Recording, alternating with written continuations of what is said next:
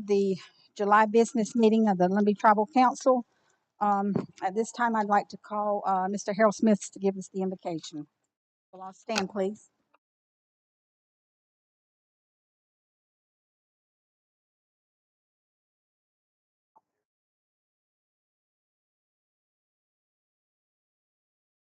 Let us pray. Good gracious eternal Father, we only thank you, my Lord, for our council, for our administration, for our staff, dear Heavenly, led by you, dear Heavenly Father, led to serve with the service, Father. We thank you for all that you have done and all that you're going to do, Lord. The psalmist David said, had not been for the Lord who was on our side, where would we be? And we thank you, God, that you've always been on our side. For the Bible says that yet, while we were sinners, Christ died for the ungodly. Father, we will pray for our people tonight, Lord, and just as we're just coming out of the training, dear Heavenly Father, Lord, and realizing and understanding, dear Heavenly, so many people's hearts tonight are burdened and heavy. I ever pray for many children tonight that don't have a parent, that don't have a mom or dad because something tragic has happened in their life, Lord. There's so many. We're burying so many of our family, Lord. I just God, that we would just call upon you, Lord, and just realize and understand that our help and our hope is in Jesus Christ. Lord, we thank you for all that you have done and all that you're going to do. In the precious name of a loving Savior, we love you. Amen.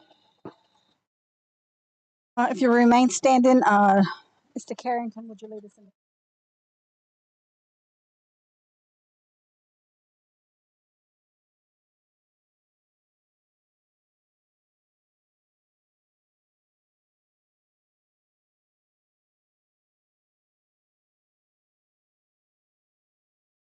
Lead us in the preamble.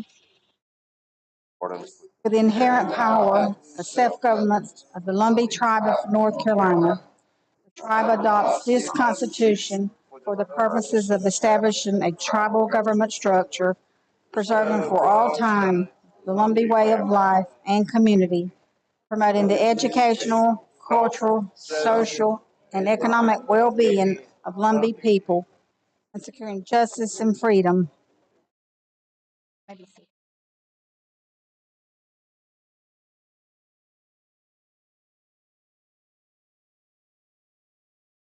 Give us a roll call.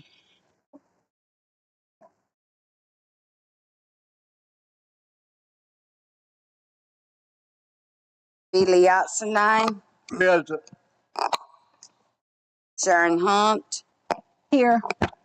Gerald Gooseby, Here. Earl Smith, Here. Ham Hunt, Here. Jody Bullard, Here. Wendy Moore, Here. Carrington Locklear, Here. Christy Hunt, Here. Richard Jones, Here. Nancy Locklear, here, Yvonne Daw, Rudy Locklear, Here.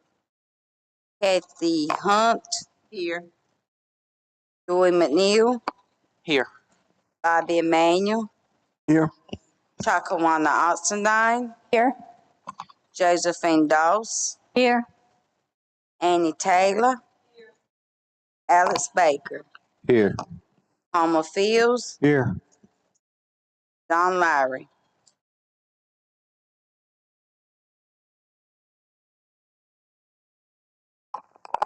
She's reading from the wrong list.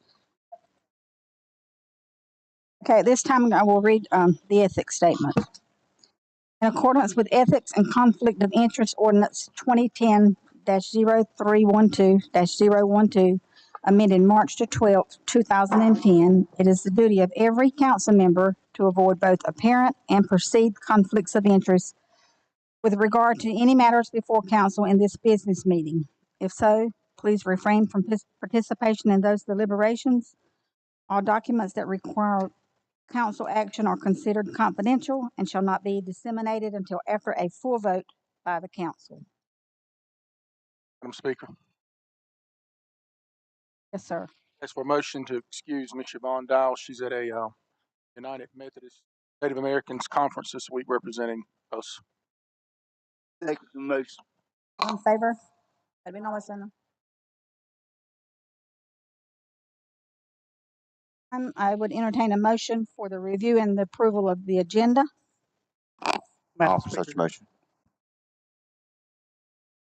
Second. Motion by Mr. Gerald Gooseby, a second by Bill Oxendine. Roll call. All in favor, let it be known by saying aye. Next, we have the review and approval of the June Tribal Council minutes and actions. Entertain a motion to approve. Motion approved. Motion by Miss Annie Taylor, Second. second by Jody Bullard. Favor, let it be known by saying aye. Any nays? Okay, we have the review and approval of the June emergency called meeting minutes and action. Make a Entertain motion for approval. A motion by Bill Oxendine, Second. second by Miss Annie Taylor. All in favor? Nays? We have the review and approval of the July special called meeting minutes and actions. Entertain a motion? Nancy. I make a motion. Have a motion by Miss Nancy, Second. by Miss Christie. All in favor, let it be known by saying aye.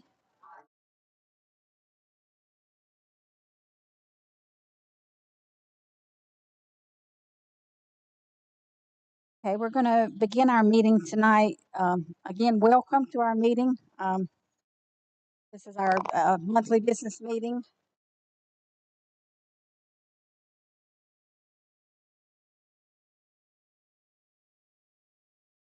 Chairman is not with us tonight, but we do have our tribal administrator, Ricky Harris, with us tonight.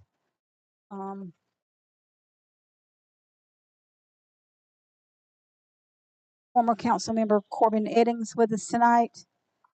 Former council member Anita Blanks with us tonight. Thank you for being here, but we have some special guests with us tonight. Might be their second or third appearance, maybe. How many?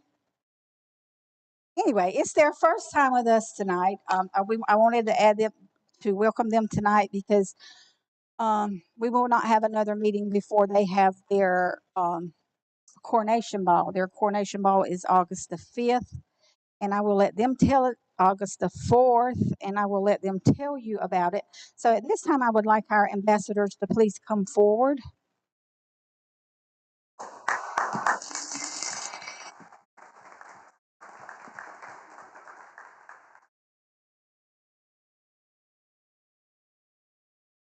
Aren't they pretty?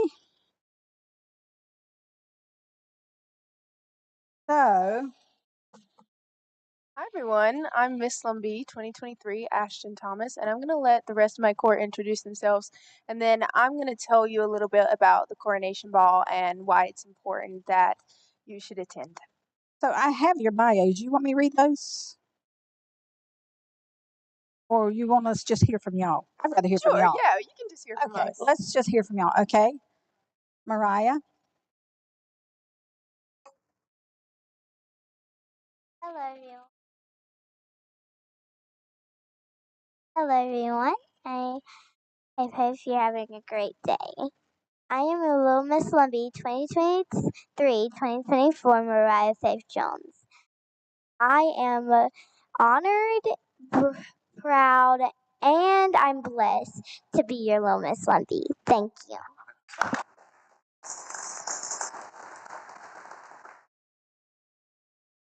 Good evening, Tribal Council.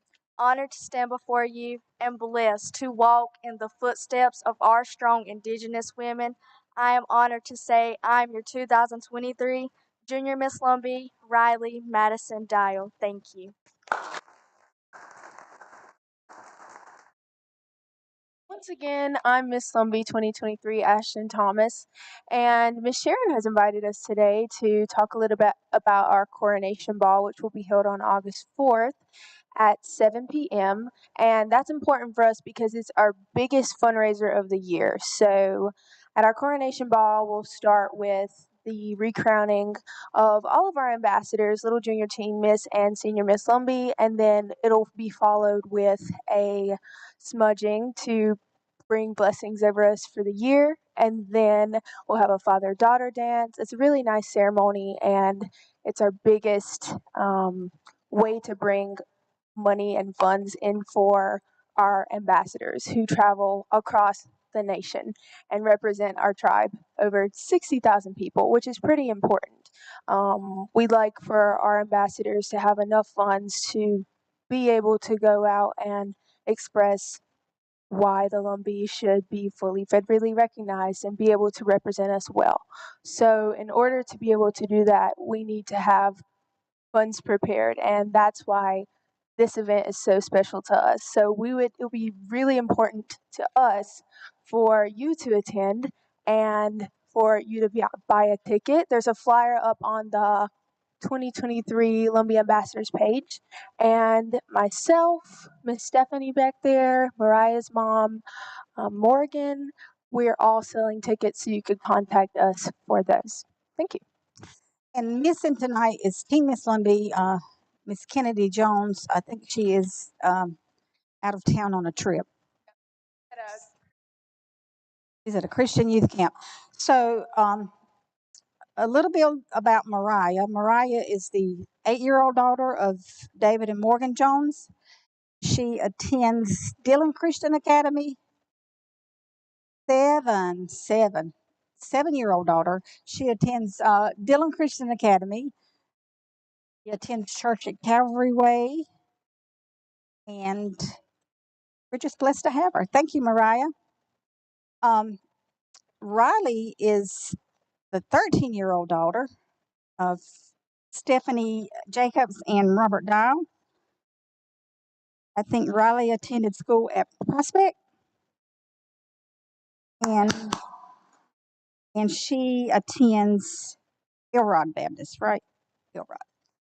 Miss Ashton is just graduated, and she is going to be in the engineering program. Architect, that's right. She's going to be the first Native female architect. She will be attending North Carolina State University in the fall. North Carolina State University in the fall. And she is the daughter of Aaron and Azalea Thomas, and she is 17. So the moment we've all been waiting for, our senior Miss Lumbee.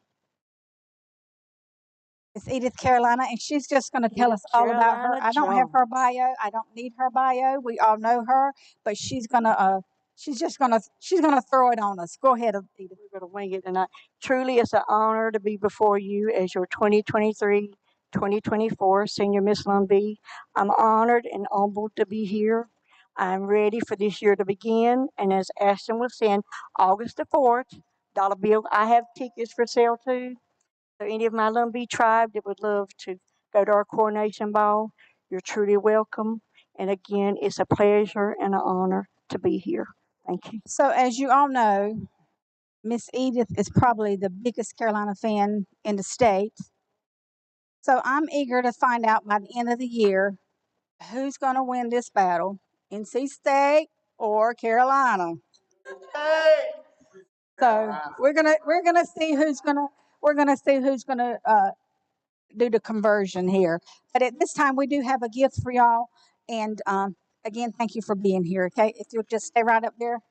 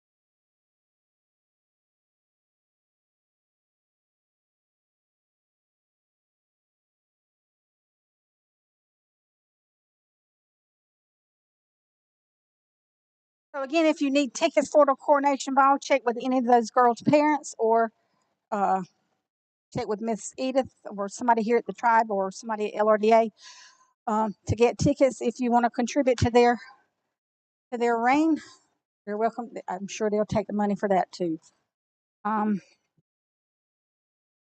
Next, we have a presentation by Miss Leah Lowry, who is the National Young Scholars Program, and I will defer to Miss Chakawana to introduce them.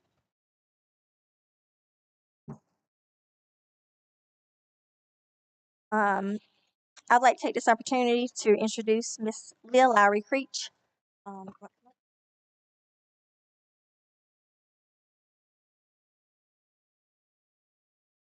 Miss Leah is from Hoke County. She resides in the West Hoke community. With her is some of her family. If you would stand up, please.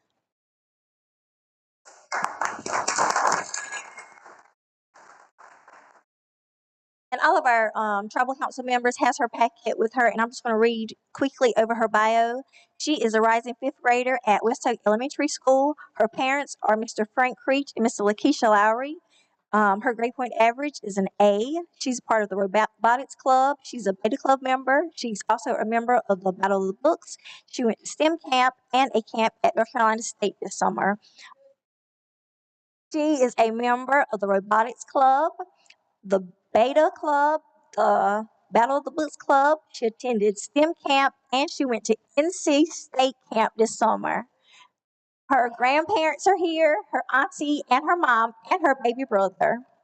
Thank you, Miss Leah. And she has a presentation for us, I think. She's going to read some of her presentation for us tonight.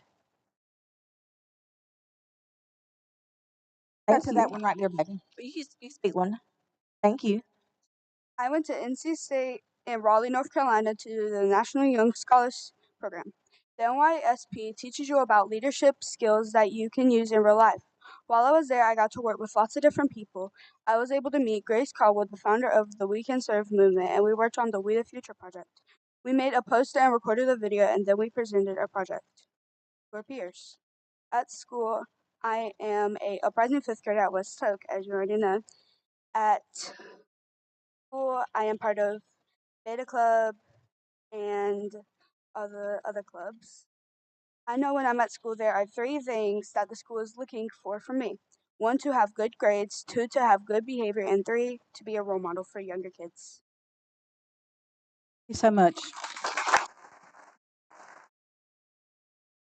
Hey, Sharon, let me say, by raising funds to go to camp, she made earrings, she made bracelets, she done all kind of things to help herself. So she's also an entrepreneur.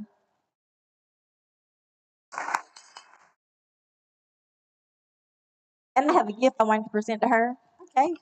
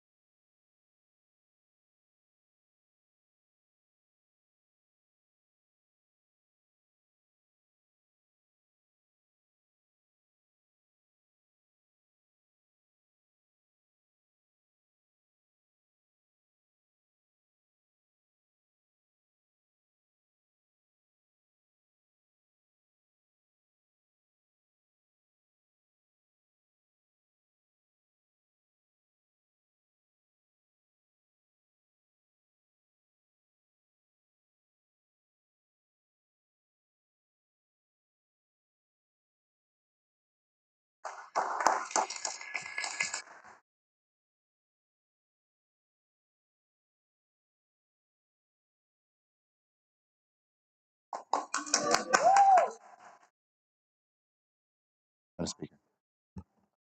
We're back up just a minute. How much are the tickets to the 25. Coronation Ball, since we 25. are live stream, Tickets are $25 for the coronation ball. $25. Yeah. 8 check. Next, we have a presentation by Miss Carolyn Locklear and Tammy Woods of Native Outreach. Miss Chakawana. I'll call Miss Carolyn Locklear up. Miss Tammy is not here tonight. She had a family emergency, so Miss Carolyn said you'll be able to present. That'd be fine. And please pray for her mother. It turns out she's got COVID and she's 91 years old.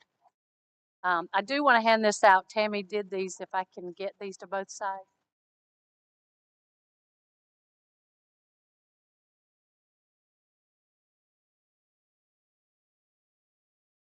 So I'm here to present on behalf of our gospel group that is part of an original missions team that started out of the Burnt Swamp Association.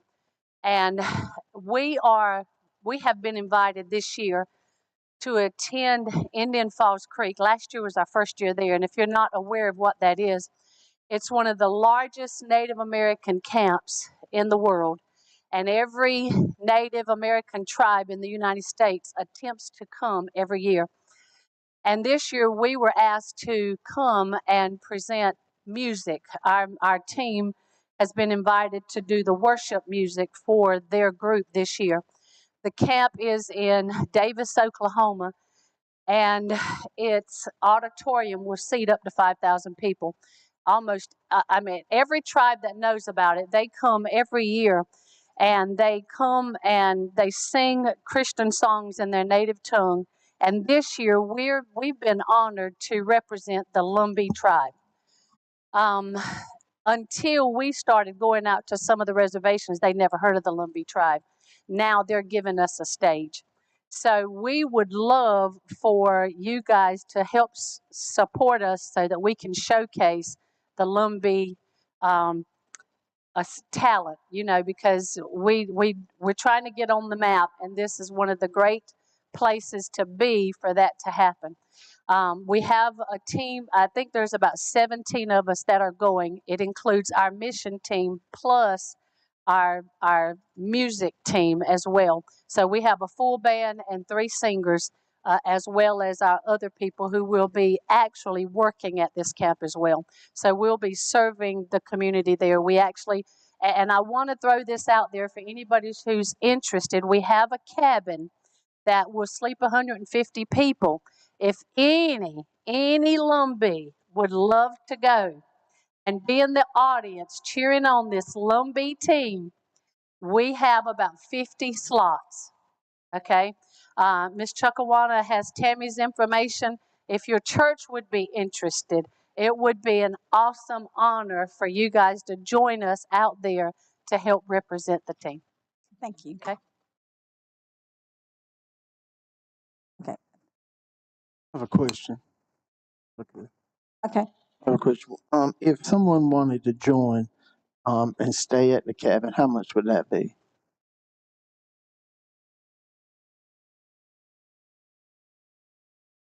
And does that include staying there as well?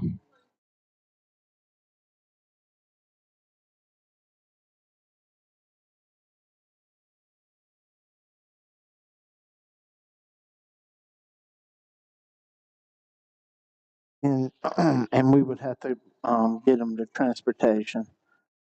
Yeah.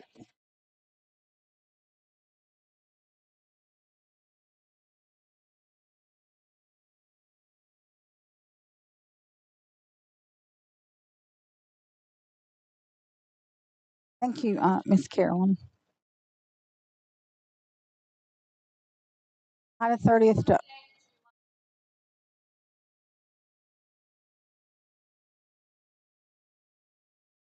Thank you so much.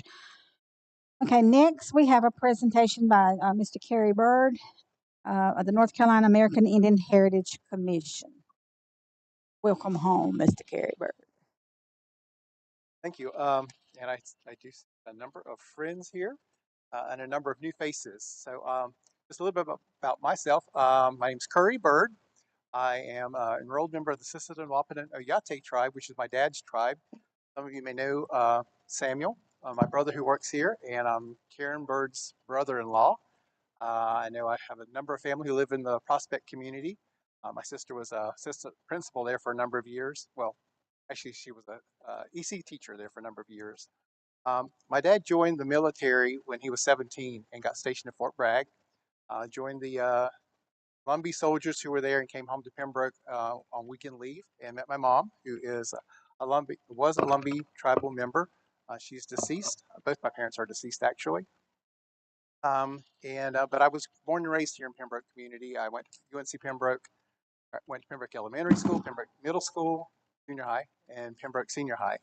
Before I went to UNC Pembroke, which is where I met Miss Sharon Hunt and her lovely sister Karen, who were very dear friends of mine when I was there on campus, and I certainly enjoyed my time there as well. And I transferred to UNC Chapel Hill, where I graduated the political science degree. I have been hired as the inaugural director of the North Carolina American Indian Heritage Commission. We are separate and distinct from the Commission of Indian Affairs, which has been in existence since 1971 and has representation from all the tribes in North Carolina as well as the 4 urban Indian organizations. So in that regard, we're very similar to the Commission. We have a representative group of 12 advisory committee members with a representative from each of our 8 tribes in North Carolina and our 4 urban Indian organizations.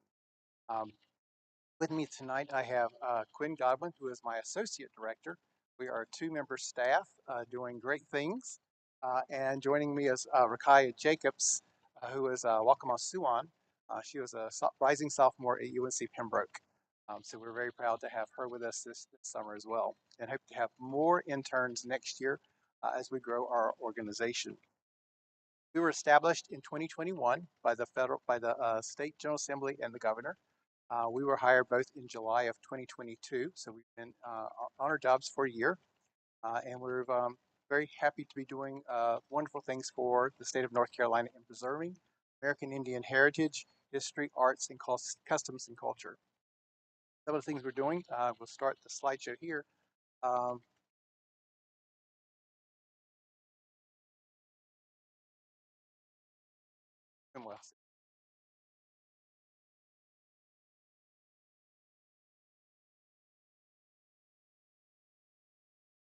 Anyway, one of the, one of the things we've worked on is our tribal historic markers. We're very excited about those. We had 7 of our tribes submitted applications for that program. Those 7 were accepted and approved. They will be going up later this year, at least 6 of them. The Meherrin tribe had some question about their terminology for their signage, but the rest will go up this year. We also had one for the Bowie Mound, which will go up on 710. In that vicinity, it's not actually marking the mound itself, but just marking the location of where the mound exists. And one for the East Carolina Indian School in Sampson County, which is related to the educational school that served the Coharie tribe, the Waccamaw Siouan tribe, and the Saponi tribe. They all had kids went there. Interesting enough, though, the educators who were at the school actually came from UNC Pembroke. Additionally, okay.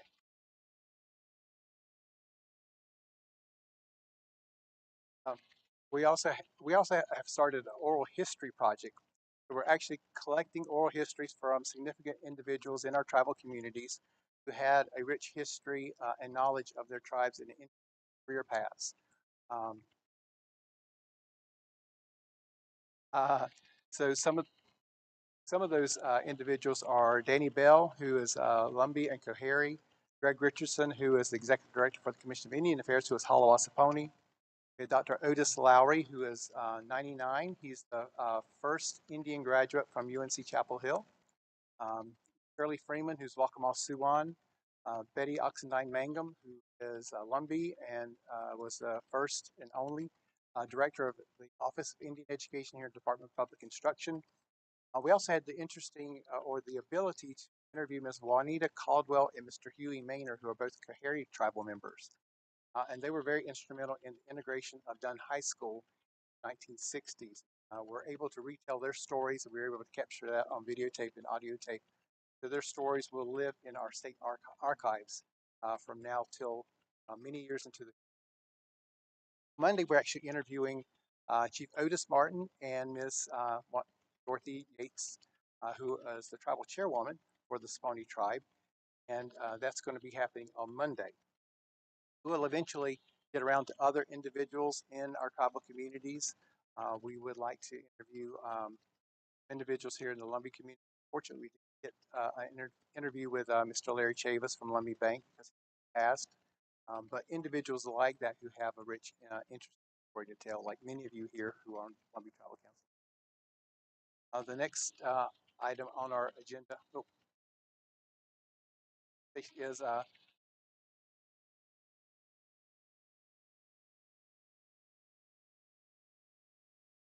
we're also marking American Indian schools. At UNC Pembroke, we have a marker for the Croatan Indian School. We'll also have a marker for UNC Pembroke itself. But we also want to mark other Indian schools in our state that educated American Indian kids when they didn't have the opportunity to go to other schools.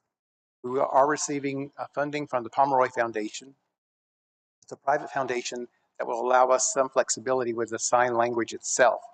We will be developing those markers in each of our Indian communities. We will have some, we will need some guidance from the Lumbee community because we're only going to be able to mark a select number of schools here in the Lumbee community. We just need some guidance into which schools we'll actually be marking. Some of those may be existing schools that are still physically used. Some may be schools or sites where the schools are no longer present, such as a school that was in New Hope area. So we'll be establishing a working committee with us on our commission that will help decide where those school markers are going and how many we can actually put up in our various communities.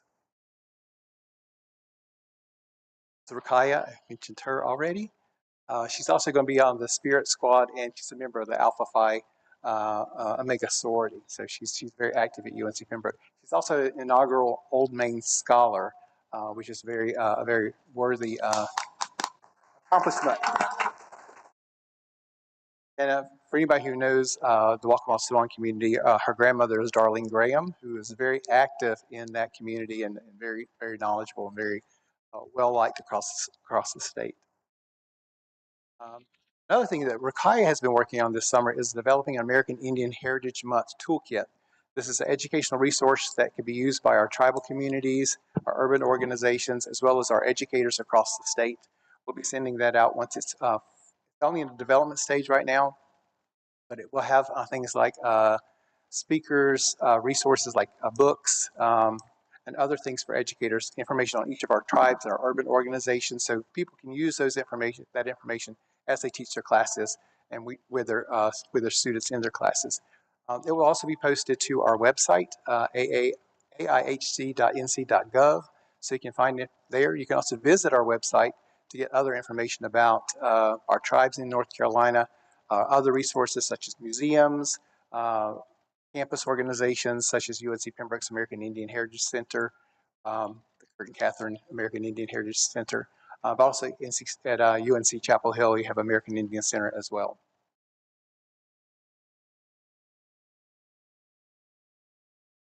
We're also developing American Indian Artists Directory, which will identify American Indian artists here in North Carolina, either people who do basketry, beadwork. We were talking today in our commission meeting, including dancers, drummers, other types of individuals who would be worthy individuals to have access in a directory. And that will be used by not only us, but also for our tribes and urban organizations to promote our Indian artists and our Indian heritage. That's also under development. Rakaya is helping with that. We're going to have an application for individuals to apply for that. We'll have a review process to make sure that they're capable of doing their work that they say they can do, and make sure that they're people that we want to represent us in their craft. Interesting event that we're planning for next year, June 2nd, 1924 was when the Congress actually passed the Indian Citizenship Act. Although we had very different voting rights here in North Carolina, other tribes in other parts of the country did not have those same rights. And so Congress enacted this legislation in 1924, and we're going to acknowledge that next year, much like the African Americans acknowledged Juneteenth, although that wasn't something that happened here for our African American community here in North Carolina. It was celebrated because it was so significant that it happened in Texas, and it was something that they took great pride in, finally knowing that their population was a free people. So we're going to plan some activities acknowledging that anniversary. We hope to have collaborators like the Commission of Indian Affairs, United Tribes of North Carolina, American Indian Women of Proud Nations, and any other body or group that would like to participate in that event. We don't quite know what those commemoration will look like yet, but it is something that we do plan to undertake and have your involvement hopefully in that celebration next year. And then the last thing I'd like to mention is highway markers and civil rights markers. I know we were able to get a marker a couple of years ago with the Hayes Pond incident.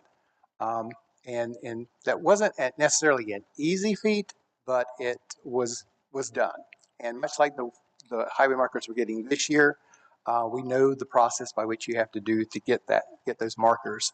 So we'd like to do some additional highway markers and or civil rights markers for some individuals and events that happened related to our tribal communities. These are some things these are some individuals, but also some incidents that would be worthy of either or both of those markers. We have the Julian Pierce and Brantley Blue and Dr. Adolph Dahl who would meet the criteria for that acknowledgement. Chief W.R. Richardson there's a number of years that the person has to be deceased. He hasn't quite met that, but will in the next couple of years. Then from there on are incidents that would be worthy of a civil rights marker. That application deadline will be September 29th. We will undertake the process of getting those markers applications submitted, but we would also like to request if you have an individual or an incident, especially around civil rights markers, that you feel would be worthy of an application to the Civil Rights Commission, or the African American Heritage Commission is actually the ones who are overseeing the civil rights marker application process.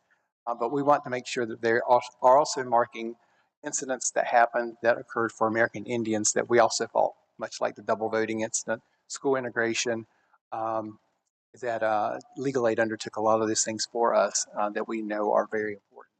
We want to see are acknowledged. Certainly someone had brought up this GSX waste dumping in the Lumber River.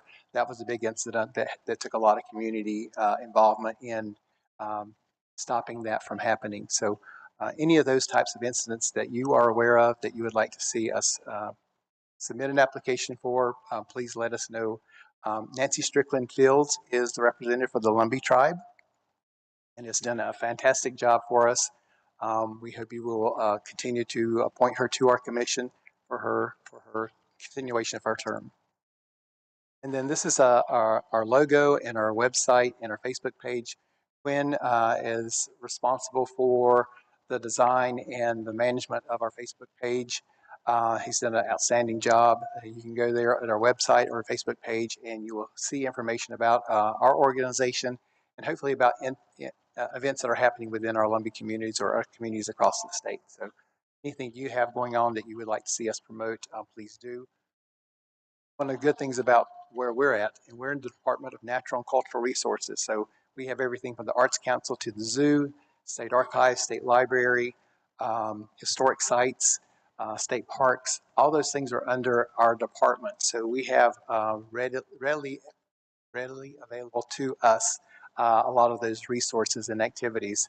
We also have our own communications and marketing department. So we also have the Museum of Art and History as well in our department. So we are in a really good place to really promote our heritage, our history, our arts and culture, and any of the events that are going on in our community. So we want to be a resource for the Lumbee community.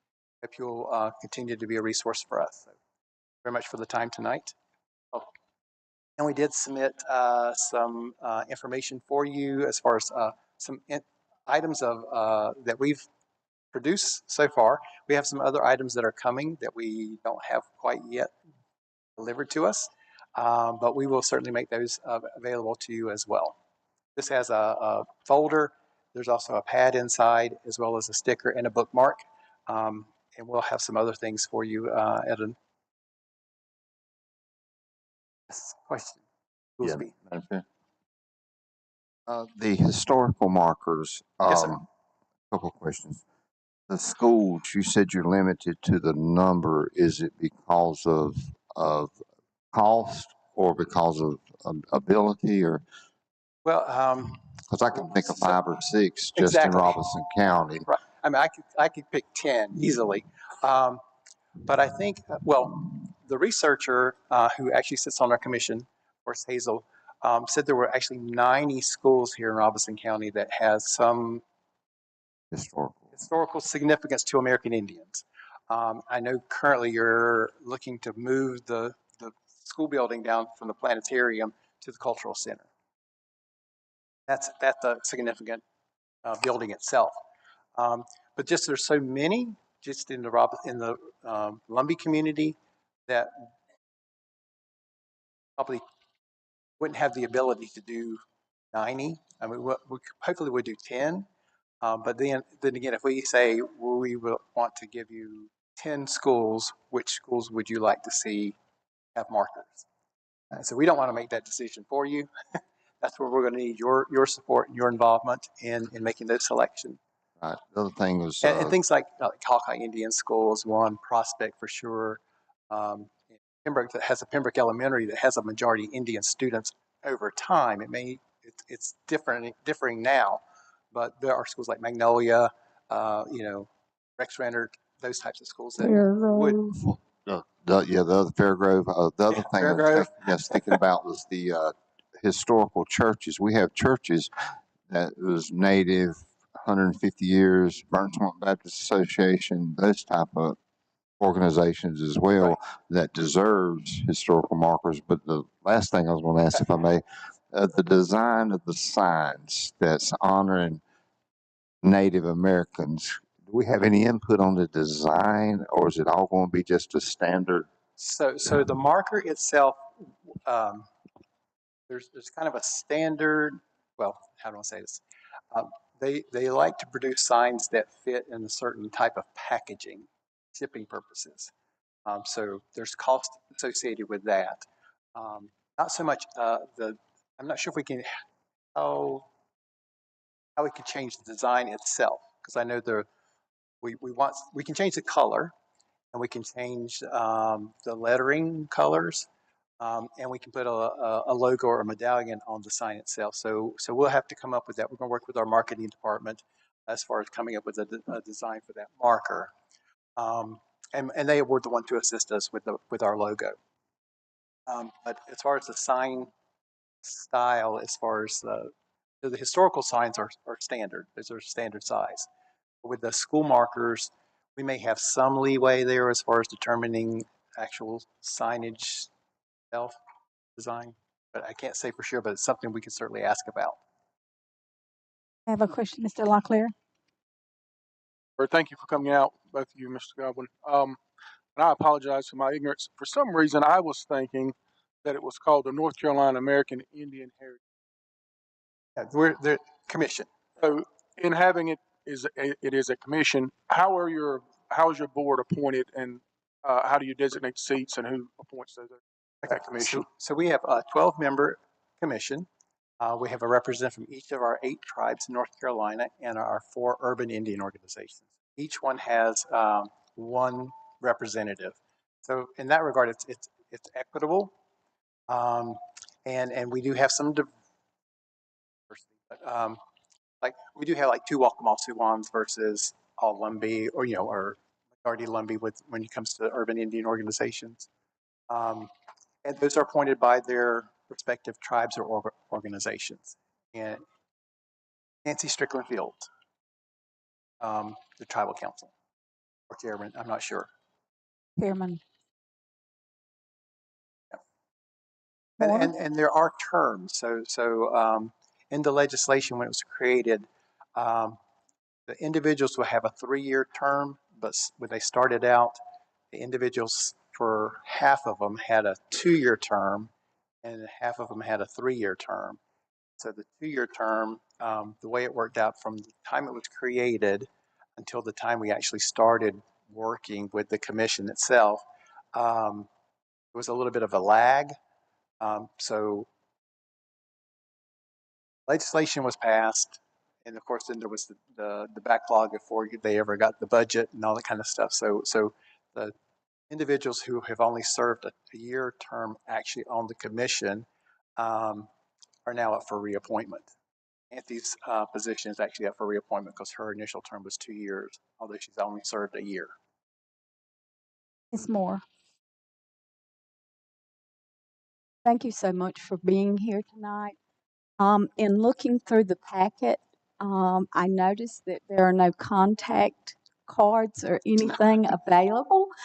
Is it possible that you could give us maybe your contact cards? Well, it's interesting because we just ordered new business cards because our email address has just changed.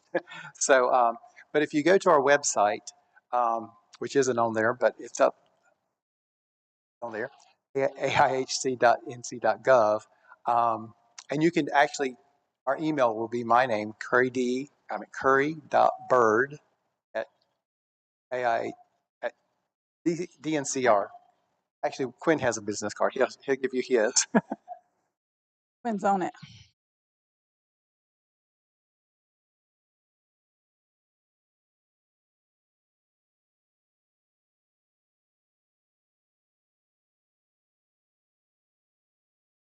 Others? Like I said, when we come back next time, or before we come back next time, when we have any additional information, we will certainly get that to you, including the swag. That's Richard. I understand you went to some great locations and sites. As tribal council, could we go to any of those sites through that commission? Which sites? You just had a picture of it. The they got it marked off over near Baden Lake, I think it is. Oh, yeah, the Hardaway site. Hardaway site, yes. Hardaway site. Yes. On places like that like mound, I'm just using that for example. Right. But like when you find mounds or stuff, if there's like people on the council, or if it's something in our territory that we want to go see, I'm not advocating we all just tromp out there. That's why I'd like to go through somebody. Right. Would it be your commission that would go through?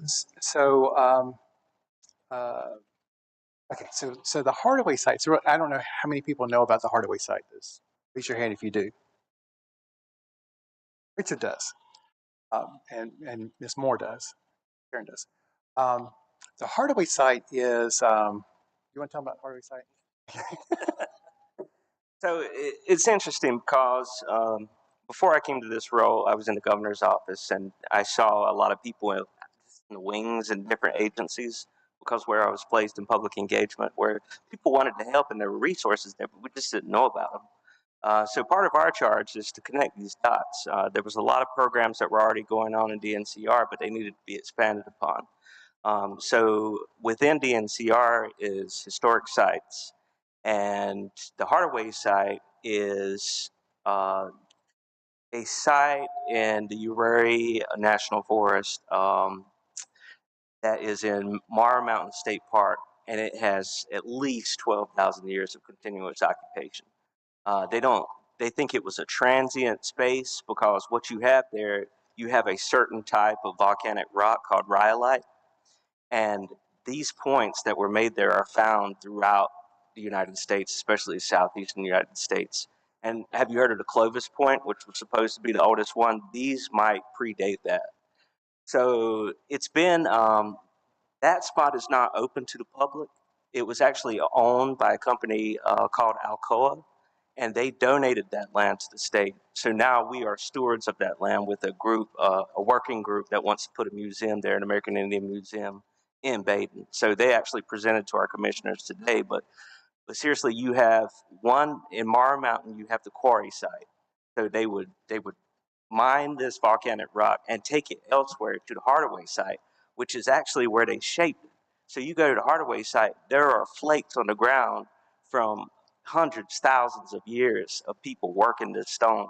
And the Baden group likes to call it the Remington Arms Factory of the American Indians, because these points, they went out everywhere and they're so unique you can track them down. So that's something that's coming to the state now, and we're working with people there. So to your point, our charge at DNCR is to include you. Like, it doesn't come from the top down, it comes up from the grassroots. That's why you have a commissioner that's selected on your behalf.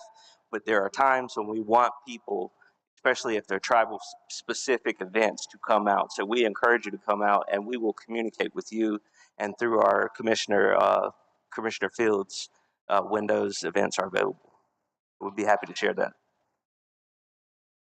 I think the other thing I wanted to make a point when I asked who knew about the Hardaway site is it's on the National Historic Registry places, one of like 24 in the country. It's extremely important, but yet we don't know about it.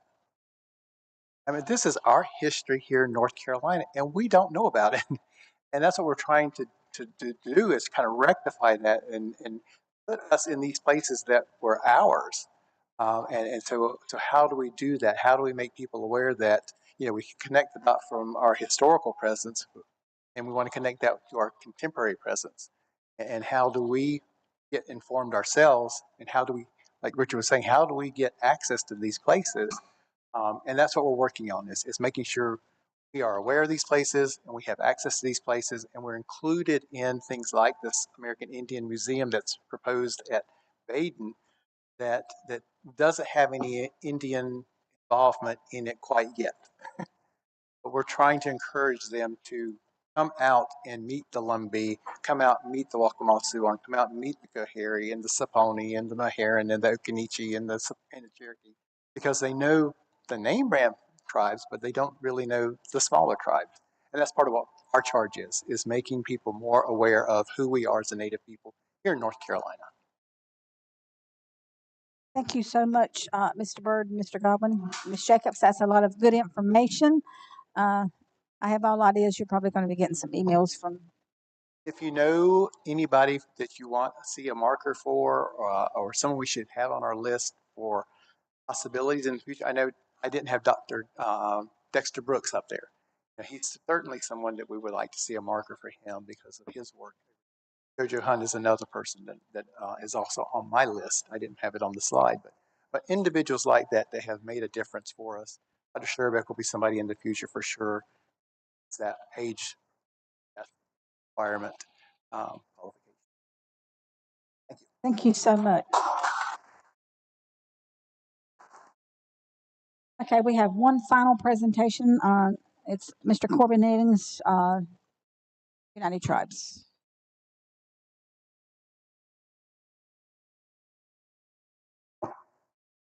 Thank you, Madam Speaker. Thank you, Council. Good evening, everybody.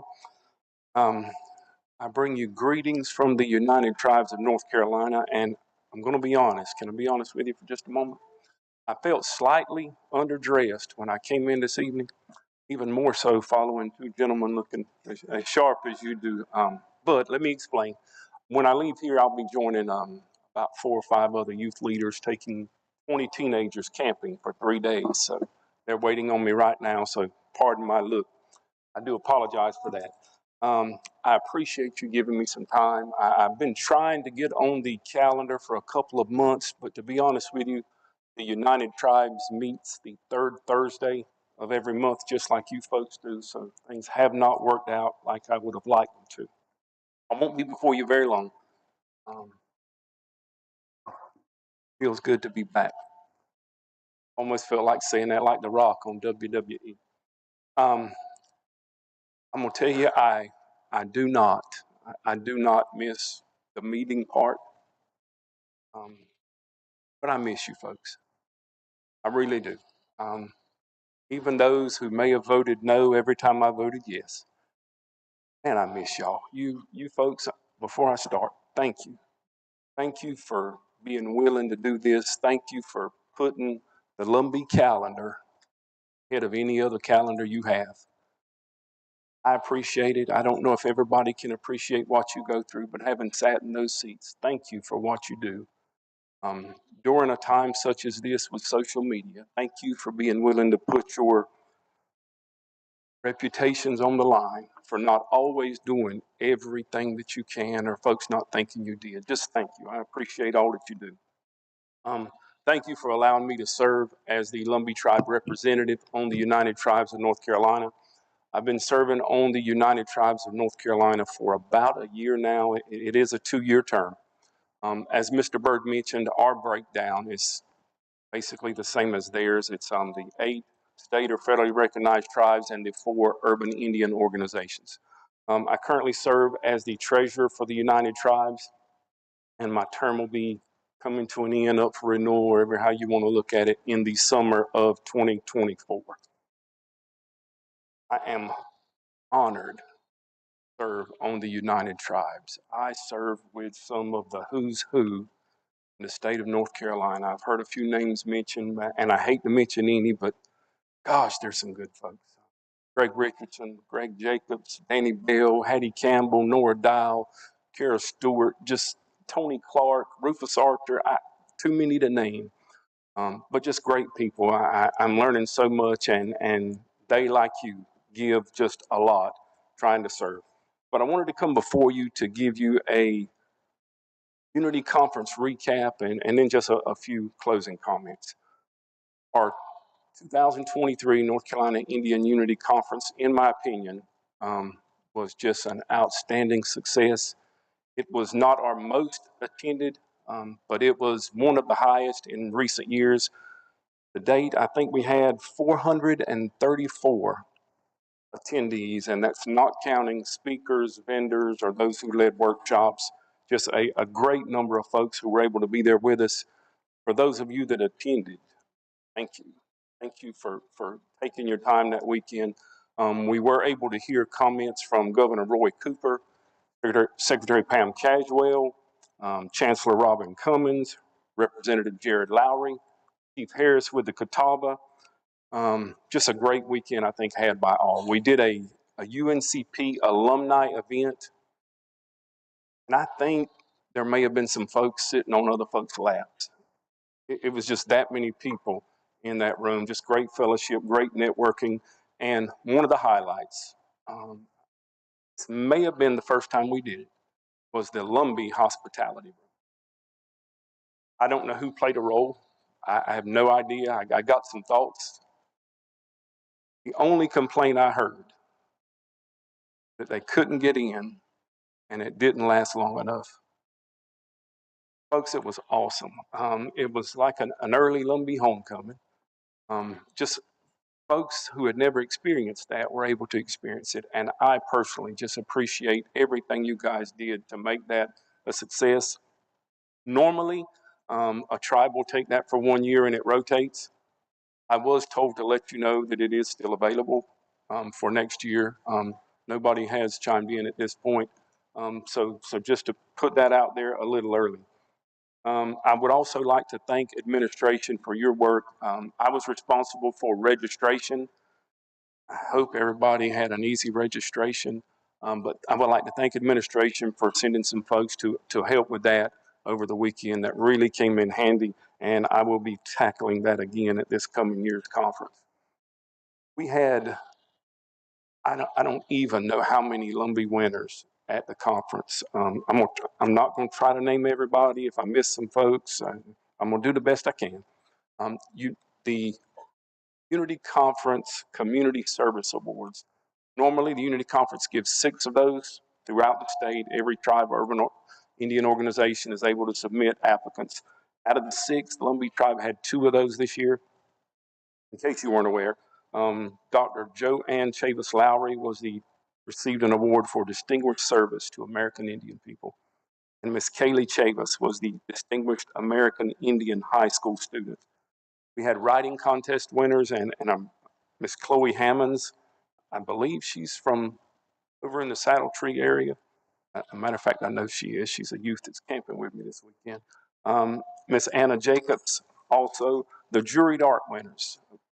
We had a Lumbee that won Best of Show, a Lumbee that won Sculpture, Basket and Pottery, Regalia, Paintings and Drawings, and Beadwork. The amateur art winners are just too many to number, and the United Tribes gave out 23 scholarships this year. Well over half of those went to Lumbee tribal members. I'm gonna call out as many as I can right quick. I think those folks deserve it. Miss Natalie Evington, Haley Scott, Ava Yvonne Jacobs, Lana Rain Sampson, Kayla Locklear, Orenda Locklear, Jada Smith, Nathaniel Jones, Andrew Bryce Chavis, Katarina Lassane, Kelly Locklear, and Aiden Sky Bullard. All of those folks were able to receive a scholarship through everything that was done with the North Carolina Indian Unity Conference. Just a great time. However, I will mention this. I want to make sure that I say this evening. Great conference, but always going to be a hiccup or two. Having said that, it became apparent during the scholarship presentation that there was an individual that was going to receive a scholarship that was in fact ineligible for said scholarship.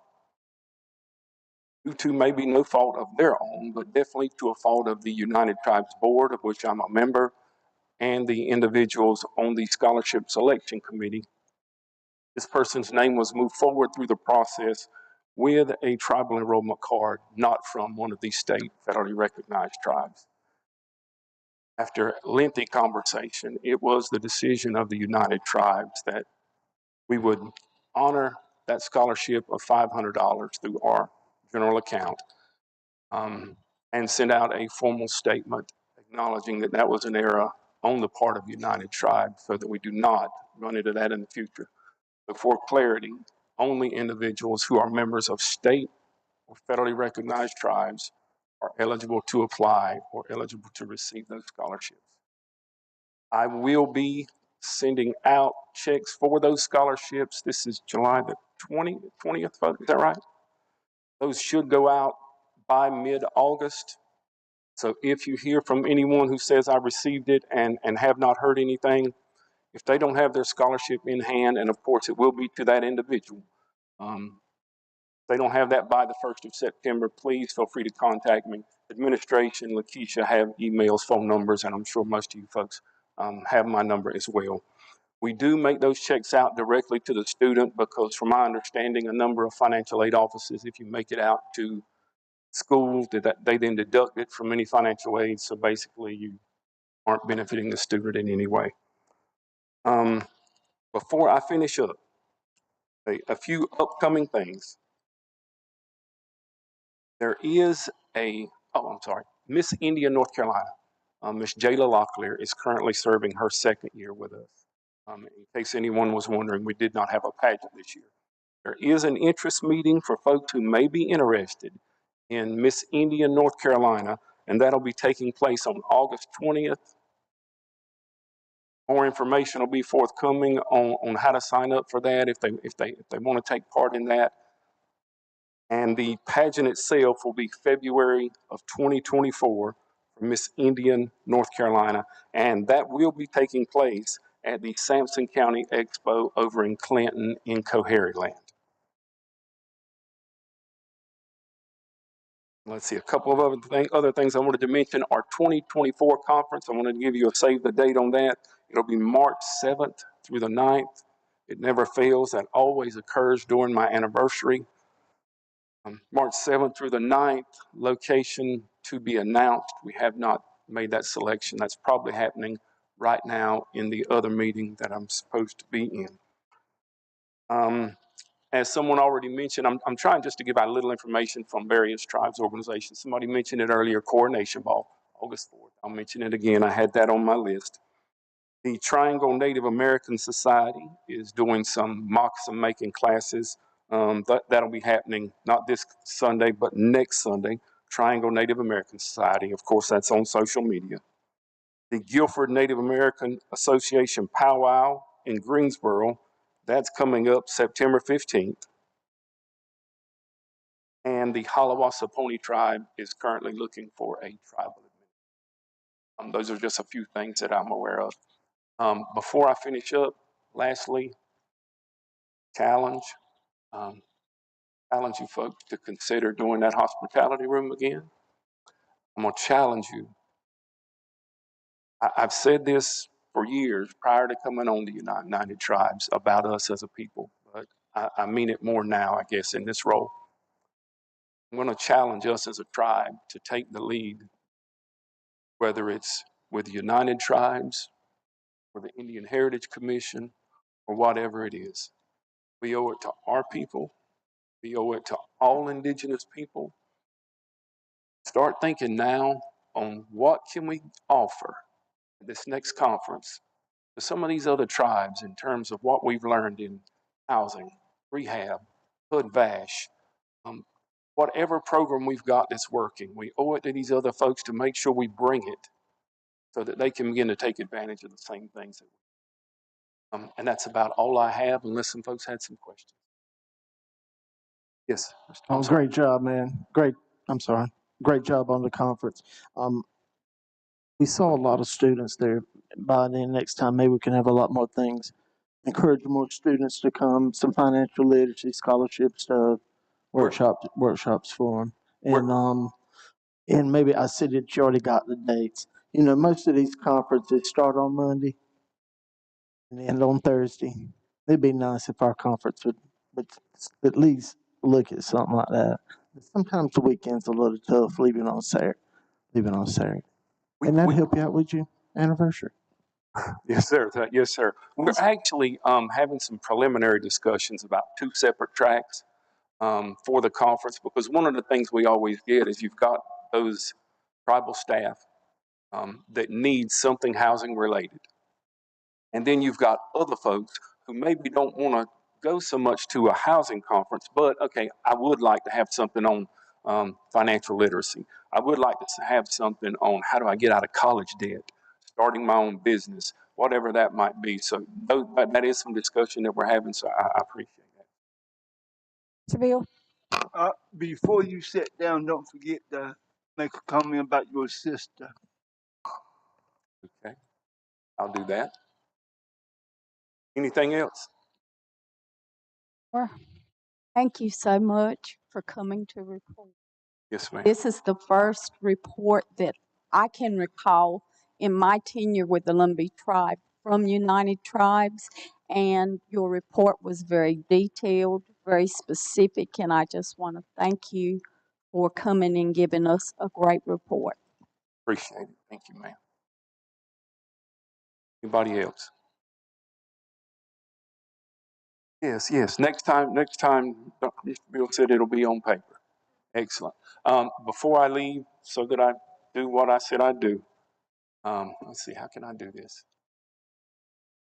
I missed this in the beginning. I apologize. Right quick. Who's my people? We'll do that. Okay. The main thing, I'm the husband of Misha Waltman Eddings. I'm over in the Mount Airy community. That's really all there is past that. No. I'm the son of Randolph and Catherine Eddings, and I have 2 brothers, sister, all served in the military. My sister, Miss Katie Eddings, is currently seeking a political position, but since I'm out of politics a really whole lot, we won't get into that, but if you care to, look her up, Miss Katie Eddings. Thank you folks so much. Y'all have a great night. I'm going camping.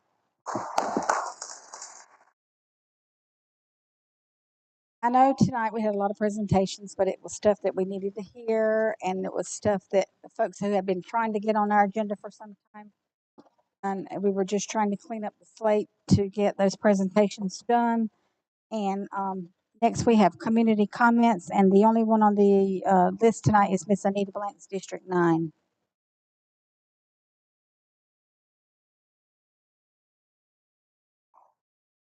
Good evening, everybody. This is concerning the redistricting.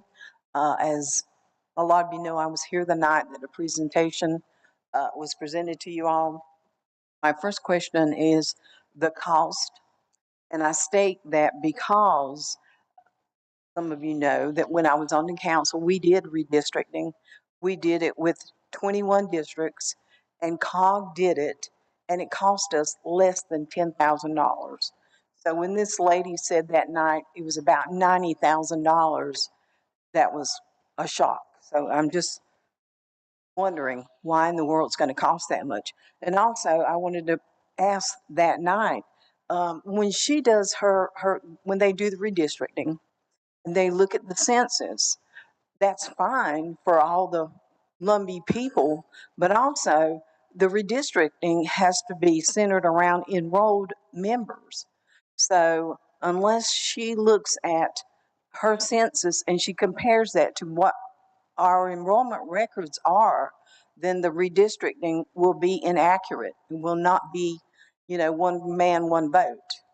And again, I know that night what she said she was going to present was redistricting, giving you 3 versions of 14 districts, 18 districts, and 21 districts, which perhaps if we just went ahead and went by the Constitution, which says clearly 21 districts, we could cut down on some of that cost. That was questions I wanted to ask that night, but Alex wouldn't let me ask. Okay, So, if that's all you have, I would like to let you know that we do have a redistricting is on our radar. We will have a draft or we will have maps to look at by August. Is that right? Yeah, Mr. she said Harris? that night. Huh? Preliminary maps by August.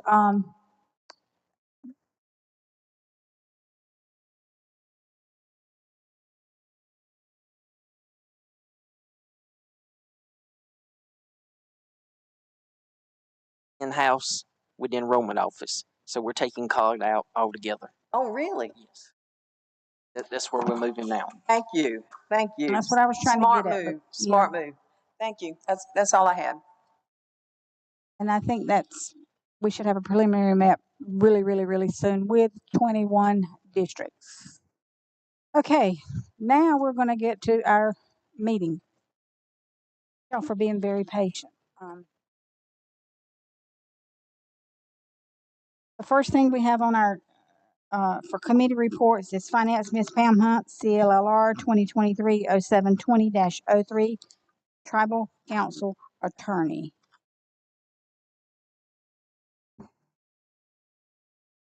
Good evening.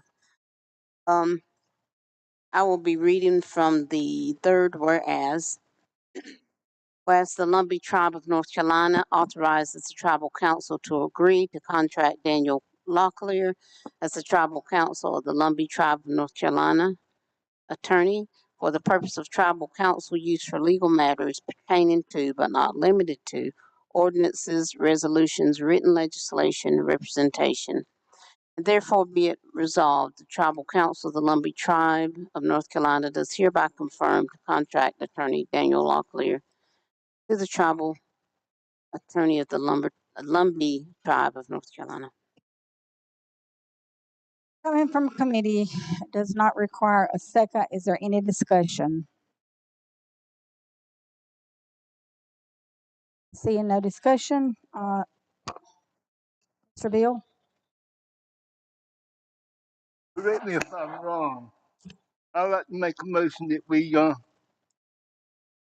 remove this off the agenda tonight.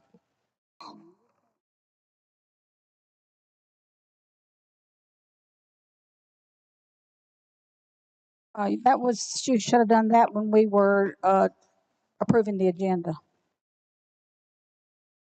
I make a motion to send it back to the committee. That was my motion. Not what you said. Motion? I make a second motion. We move on with this. You don't have to make a motion for that. It was already on the. I don't have a second, so if there's any further discussion, roll call, Miss Nancy. Billy Otzenine, No. Sharon Hunt, Yes. Gerald Gooseby, Yes. Harold Smith, Yes. Pam Hunt, Yes. Jody Bullard, Yes. Wendy Moore, Carrington Locklear, Yes. Christy Hunt, No. Richard Jones, Yes. Nancy Locklear, yes. Yvonne Daw, Rudy Locklear, Kathy Hunt, No. Joy McNeil, No. Bobby Manuel, No. Talkawan Oxenine, No. Josephine Dawes, No. Annie Taylor, Yes. Alex Baker, No. Homer Fields. Yes. Madam, Chair, our rules, before we, make the announcement, can the, vote be changed?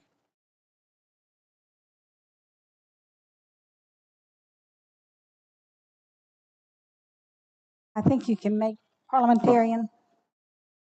Vote can be made before the secretary announces the final vote.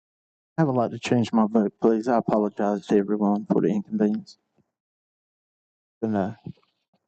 Motion carries. I was a yes and I went to no. 13-9. Repeat that number. It's 11-9 and 1 absent.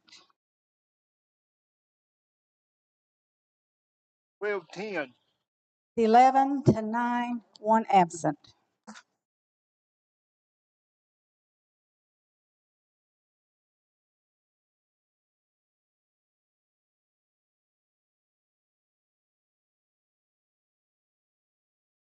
The next order of business is Constitution and Ordinance, Mr. Dewey McNeil, CLLR 2023-0720-01, North Carolina Commission of Indian Affairs appointment.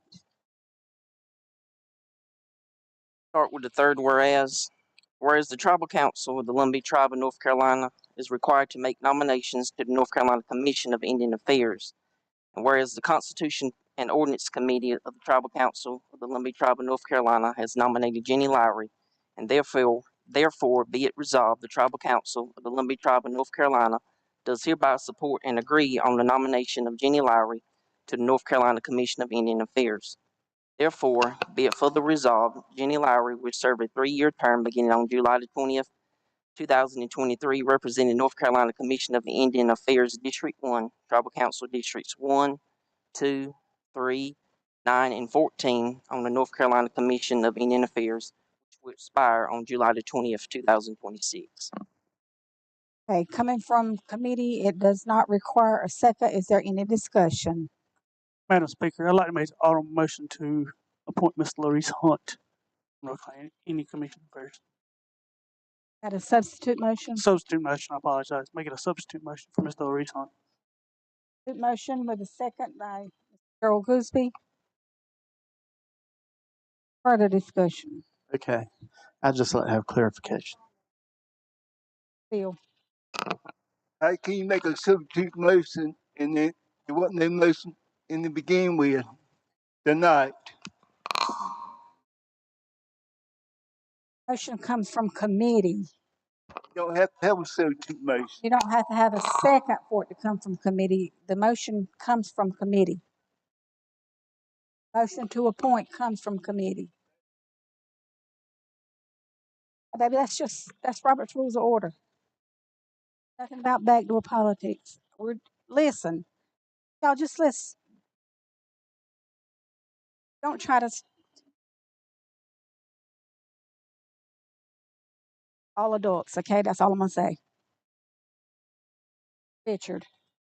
But just for clarification, the motion is to add Larice as the nominee. So it's the substitute motion to add Larice. And after, as a committee of this tribe voted the person, is that what y'all saying? So if we vote yes, or if it's a yes vote for Larice, we pick Larice and it moves on. out of committee. Or if we vote no, Larice, it automatically goes to Miss Jenny. I just want to make clear so everybody will know what you're voting for. But now this committee voted for Miss Jenny. I just want to let everybody know. I think their motion is to take Jenny off the floor altogether and replace it with Larice. Vote, it'll be for Larice. That's not, that I think, don't seem right. well, here's the way, That's why I Robert, said back here's door the way, politics. excuse me, I'm leaving this meeting, okay? Keep your side notes to yourself. Let's just do this in an orderly manner, okay? My understanding is Robert's Rules of Order, if you have a substitute motion, you vote on the substitute motion first, right? Is everybody in agreement? Is that right, parliamentarian? Baker. If it's agreed by the person that made the motion came out of committee. Who agreed to accept the the substitute motion? The committee has not accepted the substitute motion. Well, that was not my understanding. My understanding was that if there's a substitute motion, you vote on the substitute motion first. But, hold up. Show it to me in writing. I mean, we did I'm this amenable. Show it to the whole committee meeting. We did this. Point of order. The whole committee meeting. Point of order. If you're going by hand raisins, I thank you so much. I know it's a tough job, but I want It's not going to be a tough job because I'm not putting up with anything. Right. Mr. Gerald, go ahead. Well, my first comment, I'm going to skip and go to my second. The substitute motion gets voted on, and then you vote on the second motion. The first motion would have to be friendly. If it's a friendly amendment, the motioner has to accept it. Well, it's not a friendly amendment. It's a substitute motion which stands alone. But what I'm wanted to say originally is, as it relates to the nominee and stuff, and I think Ms. Jenny is very, qualified, and just what I'm fixing to say has nothing to do with you. I like you. I'm just talking about the commission and our reporting procedures and stuff of that nature. I support Larice, and the reason I seconded it, and I'm asking for support of the council in this vote. Larice is a member of the commission. He's been a member of the commission. He's very active on the commission. I serve on the commission. He's the chairman of committees. He participates, and he's the, other than Corbin, he's the only appointee that actually does what he's supposed to do as far as coming back and report to this committee. And so, this council, so I don't see the reasoning behind not reappointing Mr. Larice Hunt. So I support him, and that's And Mr. Richard? Two things to agree with Mr. Baker. This group must vote on to accept that, and then we vote on it. We don't vote on that. We as a group's got to accept that. It's And, not a friendly amendment. It's a substitute motion. but we have to agree to It's a accept substitute motion. I'm sorry, but a substitute motion, you do not have to accept. A substitute motion stands alone. A friendly amendment, you have to accept. If I'm wrong, okay, I won't argue that's that. all I'm asking. And hey, if I'm wrong, I'll accept it. But if I'm wrong, show it to me. Okay, in rebuttal, just remember, group, we fought this. We went to a committee. Why go to a committee if you're going to come out and do this at the council meeting? Did you have your hand, Miss? Or do we?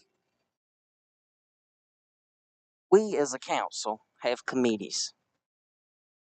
Hash things out in a committee. If it comes out of committee, it comes to full council. We're going to start doing stuff like this to agenda at the night of a business meeting. We don't need committees. Bring everything you want to bring to agenda that night, we accept it and move on and make substitute motions or friendly amendments, ever how you want to accept it. My thing is, the lady come out of committee fair and square, vote on it tonight. Vote her up or vote her down. Quit trying to be sly and slide motions in, vote the lady up or down, take it back to committee the right way. Don't come in here making these side motions. Take it back to committee. Okay, I'm gonna say this, and I'm gonna say this is this is Sharon Hunt District 2. You're not gonna vote on. You're not gonna have a unanimous vote at every council meeting. If you did, there's been plenty of times we vote on things and the vote's not. Just voted on the attorney. It came out of committee. It was not unanimous. Same thing just happened a few minutes ago. You voted on an attorney. You had 9 people who voted against it. It came out of a committee, right? Did that not just happen? So what's the difference? There's just difference. I mean, no. I'm talking. This is my 30 seconds or whatever you want to call it. You're not going to vote on the same thing. You're not going to have a unanimous vote on every item. District 6, District 5. That's your prerogative. You vote. You vote how you want to vote. You don't leave here enemies. We are a body.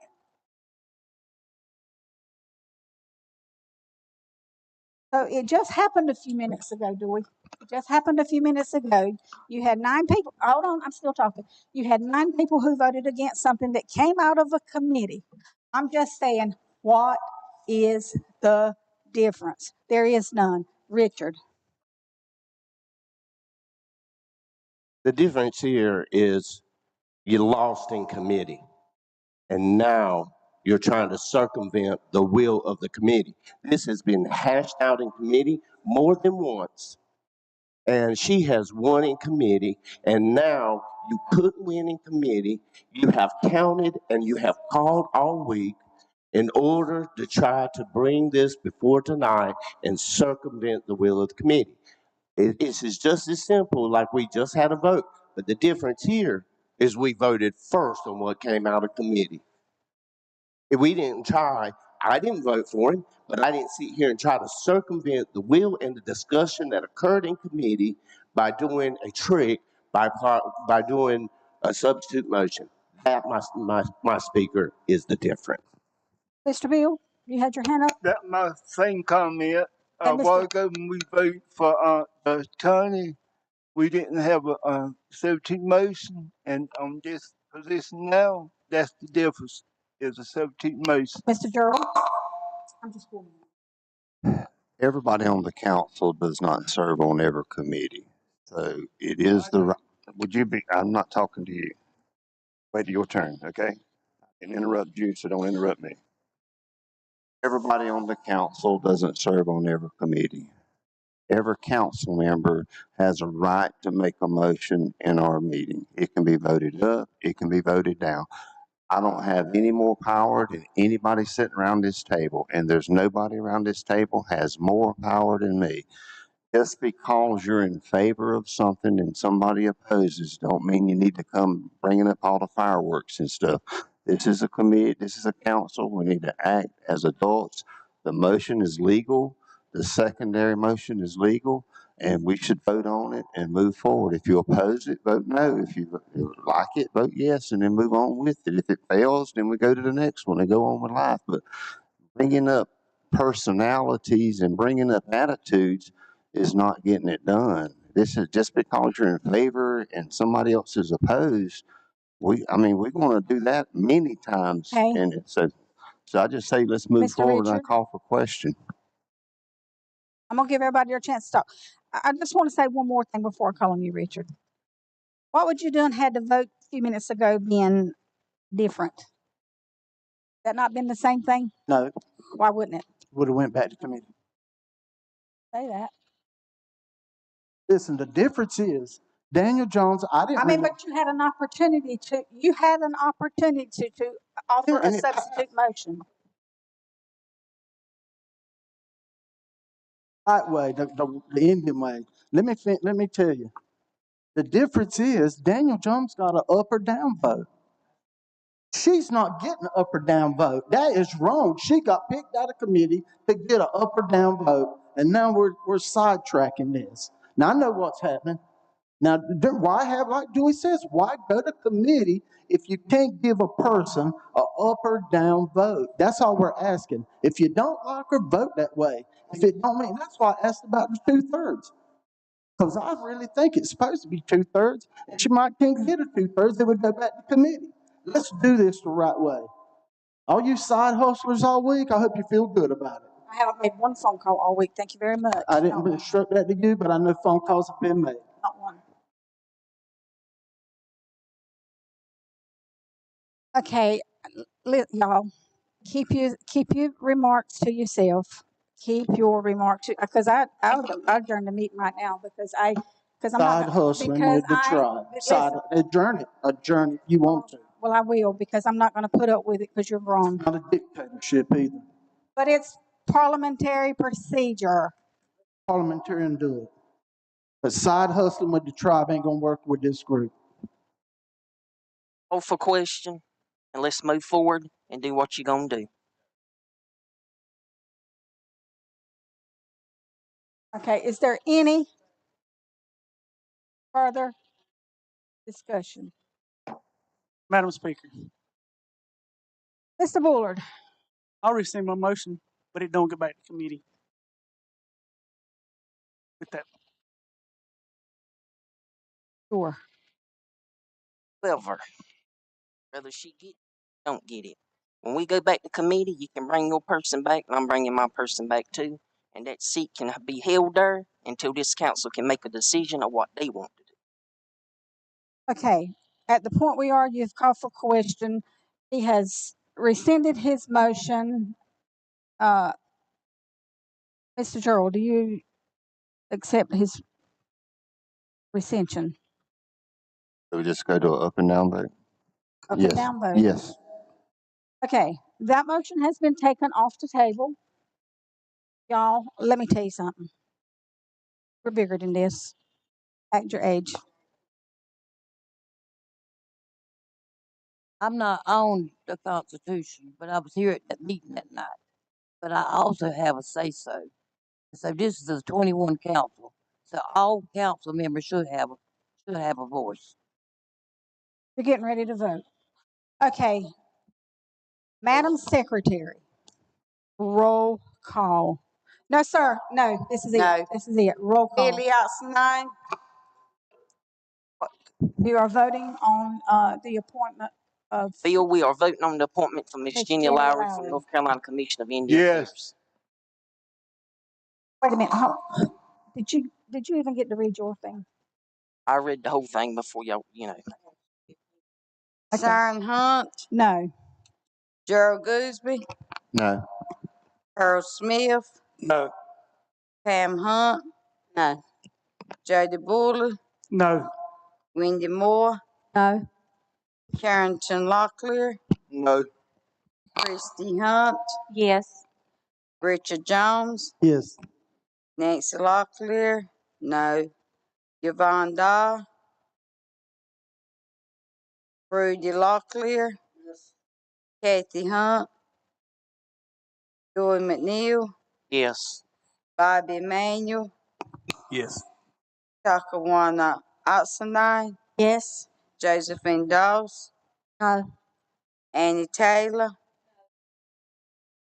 Alex Baker. Yes. Homer Fields. No.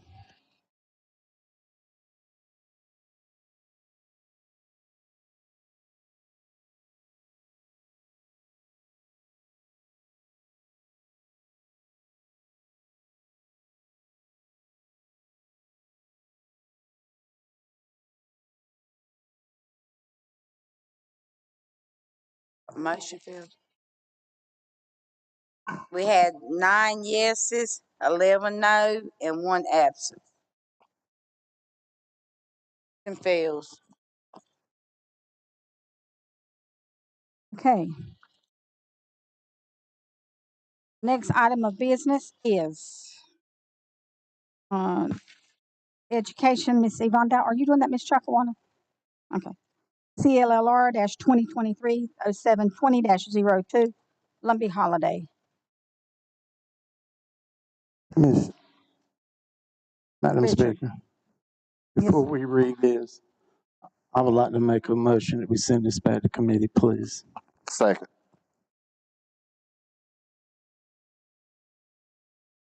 The motion comes from committee. It doesn't require a second, but we have a motion to send this back to committee by Mr. Richard Jones. And we have a second by Mr. Durrell, so we will handle that motion first. Is there any discussion?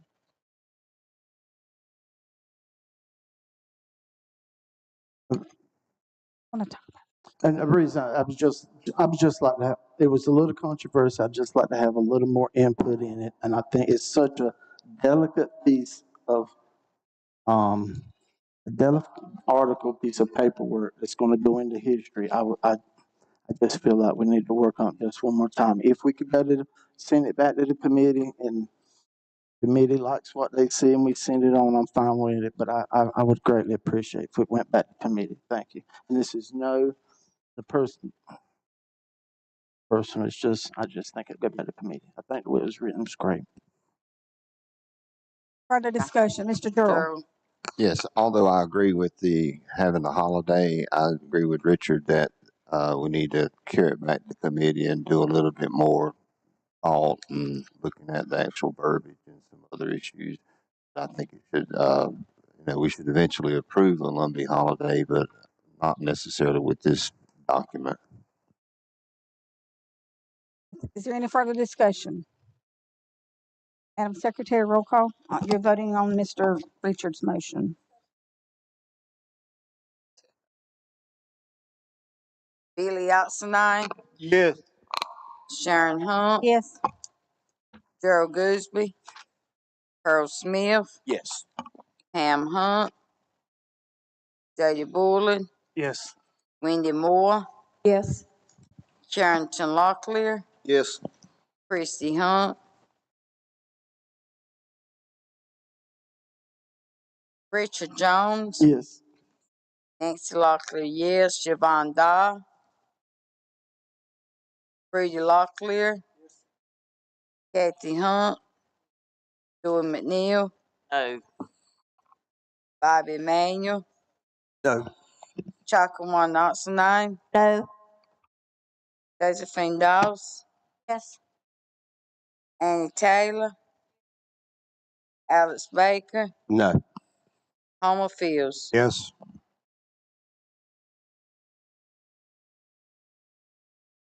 What'd you say, Miss?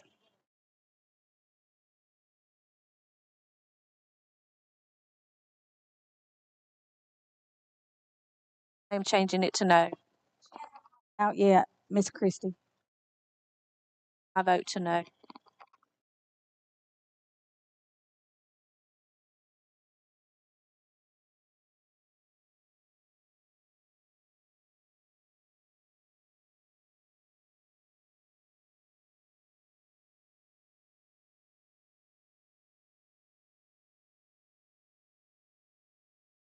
Motion carries to send it back to the committee, 15-5. There's no other business to come before the council tonight, so if you will turn your attention to the July calendar.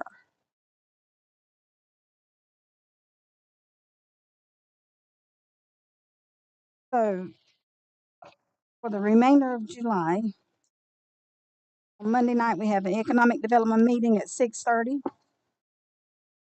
CCRC is going to meet Tuesday night, and on Thursday night is the scholarship ceremony at 6:30 at the Pembroke Boys and Girls Club. Is there anything else for the month of July?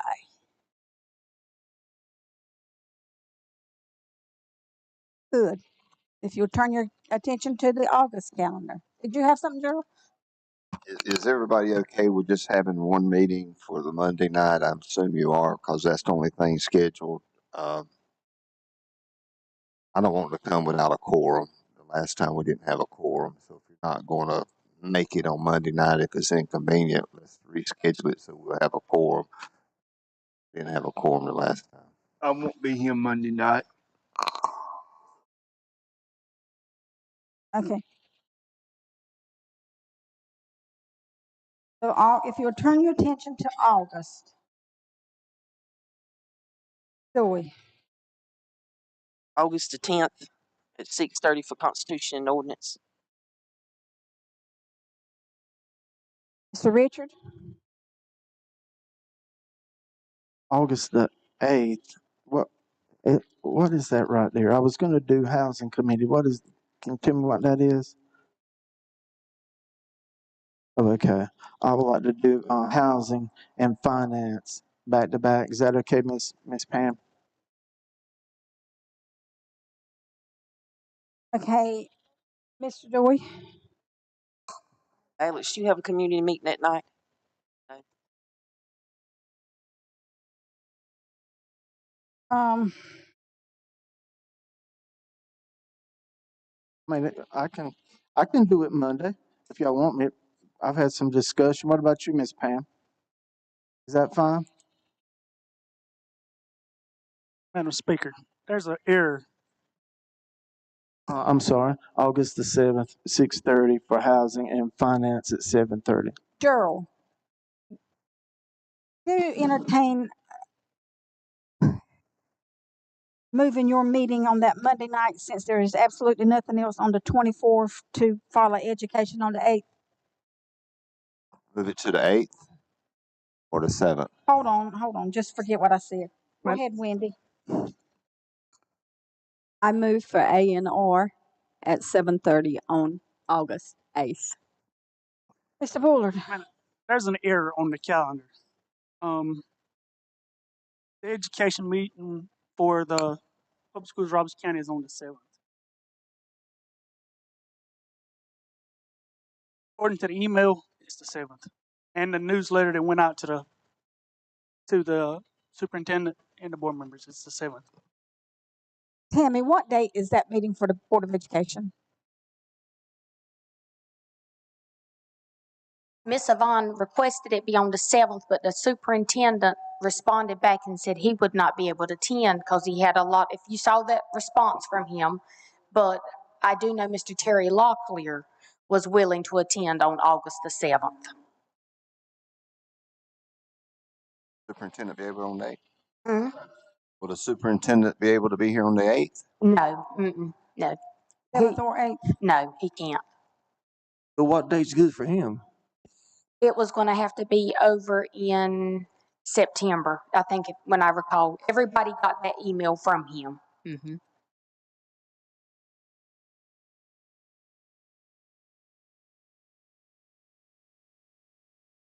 So I'm going to suggest that we just remove that education meeting until we get a better understanding of when they can come. Is that okay with you, Ms. Chakawana?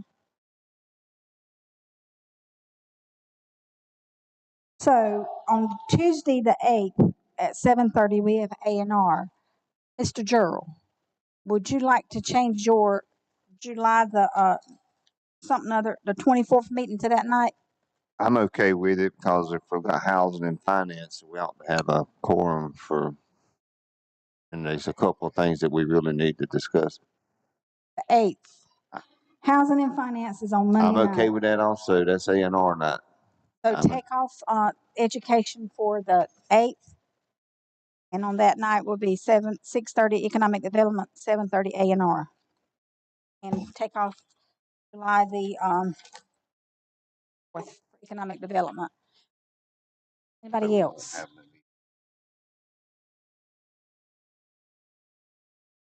I need to have a community meeting sometime or another, and I'm looking at the 26th. On a Saturday? But that's Friday. Let me do it the 25th. That's on a Friday. 25th? Are you looking at July? I'm looking at August. I thought we was in August. The 25th is on a Friday. In August? Friday, 25th. The 24th is not. Thursday. Well, 4th on Thursday. We'll do it 24th. That's District 14. District 14. Boys and Girls Club. District 14 community meeting. I have. Mr. Baker? August 31st, District 13 community meeting. You know where at, Mr. Alex? Yeah, Stony Point Recreation. Stony Point Recreation, 6 o'clock, I'm sorry. 6 o'clock. 6 o'clock, Mr. Homer, or 6:30? 6 will be fine. Rudy? August 26th will be Pembroke Back to School Cookout Community Day at the town of Pembroke Recreation Facilities. Time will be announced later on. Okay. Question for Mr. Mr. Richard? Rudy. Mr. Rudy, what day did you say that? August 26th, it's a Saturday. School starts back that Monday. Would you be willing to want to partner? Yeah. Since we share that area? Well, we're partnering with the town of Pembroke and the Pembroke Kiwanis Club as well, so yeah. I talked with my counterpart here, and we talked with you after the meeting. We were going to do a back to school thing too, and need to do too. A great partnership. Anybody else? Mr. Harold? Yeah, I'd just like to call in for the record that CLLO 2018-031501. There's a monthly housing reports that the tribal council should be receiving, and for the month of July, we don't have them. I want that noted in the record. That's so noted.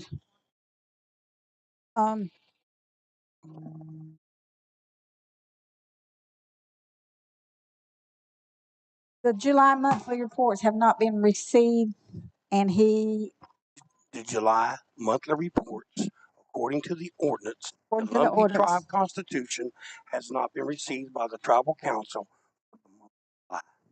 Ordinance CLLO 2018-0315-01. I think administration is making a note of that, Mr. Harold. I can respond to that. I did ask on that, Mr. Harold, and they were going to be at our housing meeting, our first housing meeting, and on our tablets. Okay. Because it wasn't Ms. here Ham? tonight. Would that not be, okay, because July is not over, so would that not be the month of June? Because No, I'm Ms. just Pam. trying to clarify. We've still got another Ms. Pam, week and a half, 10 days. those reports are due at this meeting. I know that they're due, but you keep saying for the month of July. You're talking about for the month of June. I'm just trying to get clarification. Yes, ma'am. You are correct. Thank you. Yes, ma'am. That will be the month of June. Yes, ma'am. Is there any further? Entertain a motion to adjourn. Do we have a motion to adjourn if you'll stand for the benediction? Mr. Bobby, will you close us out?